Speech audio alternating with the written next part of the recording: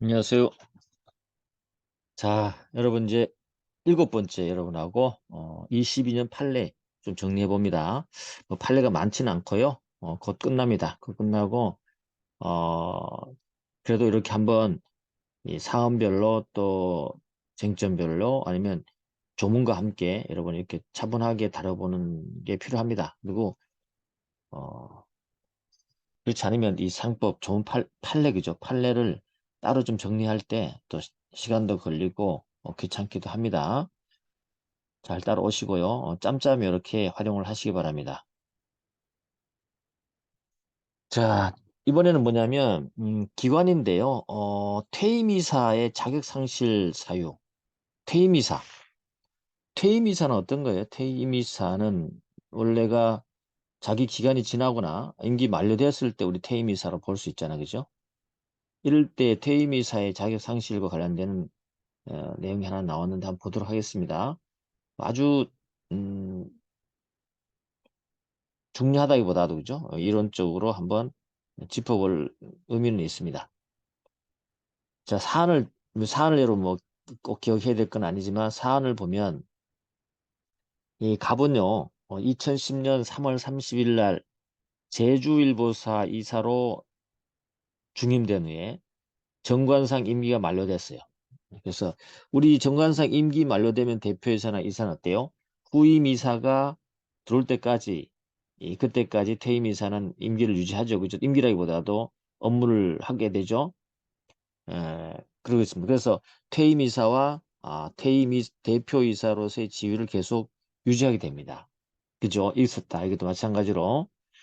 근데 제주일보사는 갑의 특정경제법상 유죄 판결 범죄 사실로 이득을 얻은 기업체. 이 제주일보사 자체가 특경법상 그죠? 범죄와 관련되는 기업체가 해당된다는 거죠. 그래서 결국은 어때요? 갑은요. 유죄 판결이 확정된 때부터 징역형의 집행이 종료된 5년 기한일까지 제주일보 취업할 수 없어요. 그리고 퇴임이사 또는 퇴임 대표이사 권리 의무도 가질 수 없게 됐어요.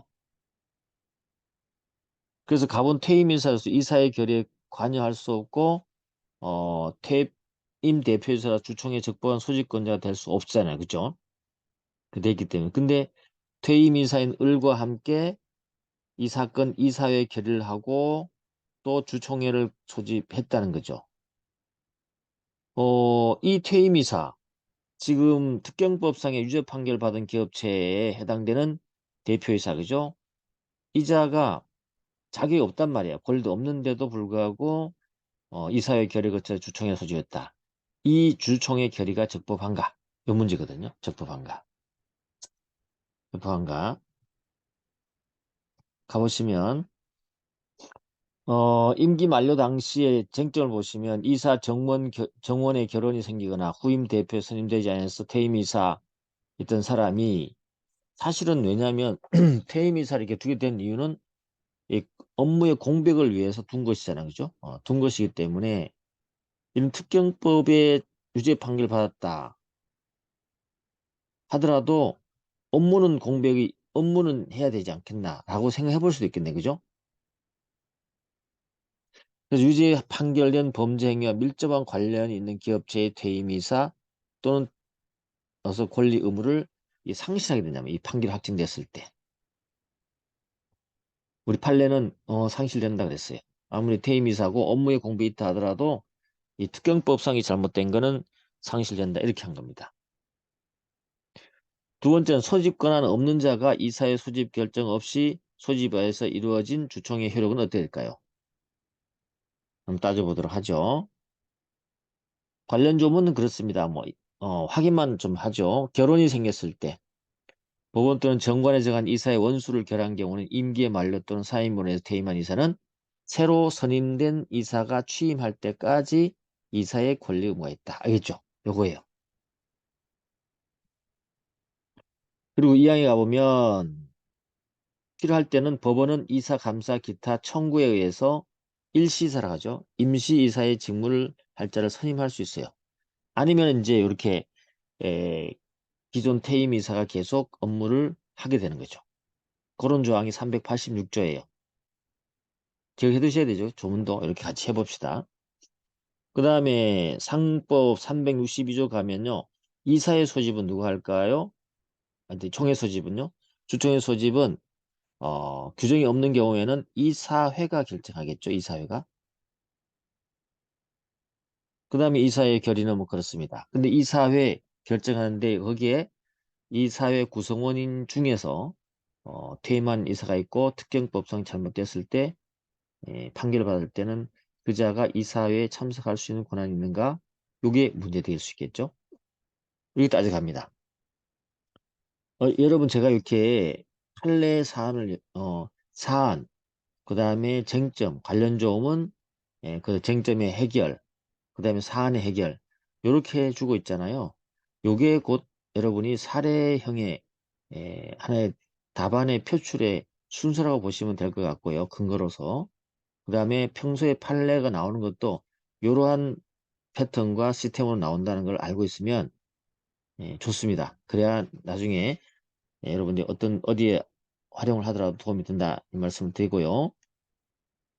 자, 그럼 판결 요지를 볼게요. 여기 뭐 크게 쟁점이 뭐 많은 것은 아니니까 한번 보면요. 간단하게 되냐 안 되냐 살펴보면 돼 사실. 그래서 이거는 사안이 있었다는 것 정도 알아두시고요. 자, 그래서 법률 또는 정권에 정한 뭐 쭉 아까 봤던 것이고 일시이사 또 선임할 수 있다 됐고요. 이사 정원의 결혼이 발생한 경우에 새로운 이사를 선임할 때까지 그거죠. 취지가 뭐예요? 업무 공백 방지죠. 알겠죠? 업무 공백 방지입니다. 그쵸? 그래서 회사의 운영이 계속되도록 회사의 운영 계속을 위해서 이런 퇴임 이사 제도를 두고 있다. 그쵸? 그 정도 알아두시면 될 것 같고 조문에 대한 취지. 그 다음에 특경법이 이제 이게 문제됐던데 이 특경법에서 문제돼서 유죄 판결 받았을 때 어떻게 할 거냐 이 문제거든요. 뭐 여기에 대한 특경법에 대한 구체적인 내용은 많이 할 거 없어요. 여러분들이. 일단 뭐 5억 원 이상 사기 횡령 등의 특경법에 가중처벌되는 특정재산 범죄로 유죄 판결 받은 사람은 법무부 장관의 승인을 받은 경우 아닌 한 유죄 판결이 확정된 때로부터 특경 범죄의 그죠? 기한 동안 유죄 판결된 범죄 행위와 밀접한 관련이 있는 기업체는 취업할 수 없어요. 알겠죠? 그래서 여기서도 이제 물론 여러 가지 문제가 될 수 있겠지만 밀접한 관련이 있는 기업체로 한정을 했습니다. 또 하나, 이건 어때요? 취지는 뭐예요? 경제범죄 재발 방지, 건전한 경제질서 확립, 국민경제 발전. 이거 위해서 한 취지가 있다는 거죠. 그래서 특경법의 취지는 어떤 건지 아시겠죠? 그다음 세 번째, 이런 것들을 여러 가지를 해보니까 그거와 그 상법에 있는 386조라든지 389 사망의 입법시를 해보니까 임기 만료 당시에 이사 정원의 결혼이 생기거나 후임 대표 선임되지 않아서 퇴임이사, 퇴임 대표 지위에 있던 중 이렇게 유죄 판결이 확정된 사람은 유죄 판결된 범죄에 밀접한 관련 있는 기업체의 퇴임이사 또는 상실한다. 그래서 권리 의무를 퇴임이사라고 하더라도 설령 퇴임이사, 퇴임 대표이사의 그 취지를 하더라도 권리 의무를 상실한다는 것이 우리 판례 입장이다. 알겠죠? 퇴임됐지만 임시적으로 회사의 연속성을 위해서 업무를 해줘야 되는 자가 하더라도 여기 특경법에 해당되면 안 된다 이거죠. 네 번째는 주총회를 소집할 권한이 없는 자가 그지 권한이 없겠죠. 이사의 주총회 소집 결정도 없이 소집한 주총회 결의는 특별한 사정으로 난 그죠. 총회 및 결의가 볼 만한 사실상 존재한다고 볼 수 없죠. 그래서 설립 과정에 중대한 하자이기 때문에 법률상 존재하지 않는다고 봅니다. 총회 결의 자체가 존재하지 않는다고 보는 거죠. 원래 요 판례는 여러 번 나왔던 거고요. 그러면 이 사안에서 와 관련돼서 연결시켜 보면 이사회 결의는 퇴임 이사인 을만이 출석해서 이사 가반수 출석이 그죠? 퇴임 이사인 을만 출석했다. 을만 출석했죠? 이사 가반수 출석이 이루어지지 않는 상태죠? 왜? 퇴임 이사 갑은 애초에 결의 자격이 없이 한 거죠. 그죠? 그 의사 정도수를 충족하지 못해서 무효이고요. 따라서 이 사건 총회는 어때요? 아까 우리 근거를 잡았던 적법한 소집 권한이 없는 갑이 이사회 유한 주총의 소집 결의도 없이 소집한 주총에 해당되기 때문에 거기에서 이루어진 결의는 법률상 그죠? 존재하지 않는 거죠. 아예 존재하지 않는 걸로 봤습니다. 존재하지 않는 걸 봤다. 그렇게 해서 우리가 회사의 기관 관련 내용 되는 판례는 한 4가지 정도 여러분 시험 나올 것들을 한번 추려봤습니다. 자, 그 다음에 우리 회계 파트 가볼까요? 회계 파트에 가면 주식회사에서 22년에서 중요한 판례가 중요하다기보다 시험에 나올 가능성이 있는 판례가 3개가 나왔어요. 구체적으로 배당금 지급 청구권에 대한 것, 그 다음에 중간 배당금 청구에 대해서 이 부분도 새로운 어떤 그런 법리를 만들어 준 거기 때문에 꼭 알아둬야 되고요. 그 다음에 소수주주의 회계장부 등의 열람 등사 청구권하고 이유 기재를 어느 정도 해야 될 것이냐. 또 그 다음에 여기 대한 부당성에 관한 주장 증명 책임 누가 할 거냐 라는 건데 기존에 있던 것에서 조금씩 확장되어서 이론적으로 성립된 판례이기 때문에 우리가 기억을 해 두셔야 됩니다. 그렇죠? 자, 구체적인 배당금 지급 청구권은 어떻게 발생하는가 보겠습니다. 주요 쟁점은 이겁니다. 사안은 크게 볼 거 없어요. 주식회사의 정관에서 회사의 배당 의무를 부과하면서 배당금 지급 조건이나 배당금의 산정 방식 등을 구체적으로 정하고 있기 때문에 개별 주식에 배당할 금액이 일의적으로 산정되고 대표이사나 이사회가 배당금 지급 여부 등을 달리 정할 수 있도록 규정이 없는 경우. 그렇죠? 대표이사나 이사회가 이 배당금 지급을 어떻게 할 건지에 대해서 따로 정하도록 규정이 없어요. 정관에서 정한 지급 조건이 갖춰지는 때에 주주에게 구체적이고 확정적인 배당금 지급 청구권이 인정될 수 있는지. 대표이사나 이사회가 따로 정할 수 없고 정관에 정해져야 되는데 그러면 그렇기 때문에 정관에 정한 조건이 갖춰져야만이 확정적이고 구체적인 배당금 지급 청구권이 발생될 거냐 했는데 판례가 그렇다고 했어요. 그렇다고 했어요. 일단 정관에 정해져 있고 또 대표에서는 이사회가 정하도록 정하지 않았기 때문에 이때는 정관에 정한 조건이 갖추어져야만 된다는 게 판례 입장. 두 번째, 회사 주총에서 이익배당 결의를 하지 않았다거나 이익배당을 거부 결의를 했다는 사정을 들어서 배당금 지급 거절할 수 있느냐? 안 되죠. 주총에서 이익배당 결의를 하지 않았다거나 이 경우죠. 지금 정관에서 지급 조건이 갖춰지는데 한다고 돼 있었잖아요. 그죠? 회사가 이건 주총에서 아직 결의 안 했거나 안 했다. 그다음에 이익 배당을 거부하는 결의를 했다. 그러면서 지급 거절할 수 있느냐? 안 됩니다. 알겠죠? 정관에서 명확하게 적어놨기 때문에 거기에 따라서 확정된다는 것이 판례 입장이다. 판례 입장이다. 알겠죠? 그게 쟁점이야. 별거 없어요. 그럼 우리 조문을 한번 연결시켜 볼까요? 조문을 한번 연결해 보면 우리 344조에 가보면 이익배당, 자녀재산 분배에 관한 종류주식이 있거든요. 이 종류주식의 1항에서 회사가 이익의 배당에 관해서 내용이 다른 종류를 발행할 때 정관에 그 종류주식의 주주에게 교반한 배당재산의 종류 등등 있죠. 이 조건 등을 이익배당에 관한 내용을 정하여야 한다 했죠. 법에 정하도록 정관에 정하도록 돼 있잖아요. 이익배당 부분에서 법에서 정관에 정하도록 돼 있잖아요. 아시겠죠? 정하도록 돼 있다. 그리고 이익배당은 어떻게 한다? 주총의 결의로 정한다.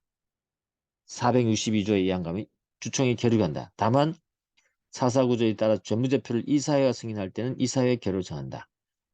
그래서 이익배당 결정을 원래 주총에 하는 게 맞아요. 그 다음에 하는 게 맞는데 일단은 이익배당에 관한 내용을 구체적으로 정관에 그런 게 정한다는 것이죠. 구체적인 내용은 정관에 정하고 결정은 주총의 결의. 재무제표를 이사회에 승인할 때는 이사회의 결의로 끝난다. 지급 시기는 언제냐? 지급 시기는 464조에 이에 가보면 주총회나 이사회 결의 또는 462조의 3 제일한 결의를 한 날부터 1개월 내에 해야 된다. 알겠죠? 1개월 된다. 물론 주총회 이사회에서 지급 시기를 따로 정할 수도 있습니다. 있어요. 그래서 한번 가보겠습니다. 이 판례가 어떤 의미를 가지고 얘기를 한 건지 가볼게요. 첫 번째 원칙은 이렇게 정했어요. 주주의 이익배당 청구권은 장차 이익배당을 받을 수 있다는 의미의 권리에 지나지 않는다. 그렇죠? 그래서 이익잉여금 처분계산서가 주총회에서 승인됨으로써 이익배당이 확정될 때까지는 주주에게 구체적이고 확정적인 배당금 지급 청구권이 인정되지 않죠. 그죠? 그래서 이익배당 청구 자체는 에, 추상적 권리인데 추상적 권리. 근데 주주총회에서 그게 확정되면 직접적으로 구체적인 권리가 생기는 거죠. 예외가 있습니다. 예외. 요 예외가 우리가 이번 판례에서 알아둬야 되는 추가되는 내용이라 보시면 되겠습니다. 정관에서 회사에 배당 의무를 부과하면서 회사에 뭘 했다? 의무를 부과하면서 조건이나 배당금에 산정하는 방식 등을 아주 구체적으로 정하고 있다는 거죠. 그에 따라서 개별 주주에 배당할 금액이 일시적으로 산정될 수 있고 일시적으로 산정될 수 있고 대표이사나 이사회가 경영 판단에 따라서 배당금 지급 여부나 시기 이걸 달리 정할 수 있도록 하는 규정도 없어요. 알겠죠? 없어요. 이럴 때는 예외적입니다. 예외입니다. 정관에 정한 지급 조건이 갖춰지는 때에 주주에게 구체적이고 확정적인 배당 지급 정권이 인정될 수 있다. 아시겠습니까? 그래서 이게 뭐예요? 원칙은 주총회에서 해야만이 확정되어야만이 구체적인 배당금 지급 청구권이 발생하지만 예외적으로 정관에서 의무부가 배당 의무부가 조건 등을 아주 구체적으로 적어놓고 대표이사나 이사회가 손대지 못하도록 만들어놨다는 거죠. 이럴 땐 예외적으로 정관에 정한 지급 조건 갖춰지면 그때 구체적인 배당 지급 청구권이 발생할 수 있다 이 말입니다. 그러니까 아주 중요한 예외가 되는 판례예요. 이렇게 새롭게 인정되는 내용들은 시험에 나올 수 있다는 거죠. 그다음 이런 경우는 회사는 주총에서 이거 주총에서 하는 거기 때문에 이익배당 결정이 없었다. 그리고 우리 주총에서 전공과 달리 거부하겠다라고 했다 하더라도 거절할 수 없어요. 아시겠죠? 요거 그래서 우리가 구체적인 이익배당 청구권에 대한 새로운 추가적인 예외 사유가 하나 나왔다는 것을 여러분이 이해하셔야 된다는 거죠. 이해하셨죠? 자, 오늘 또 여기까지 하도록 하겠습니다. 수고했습니다.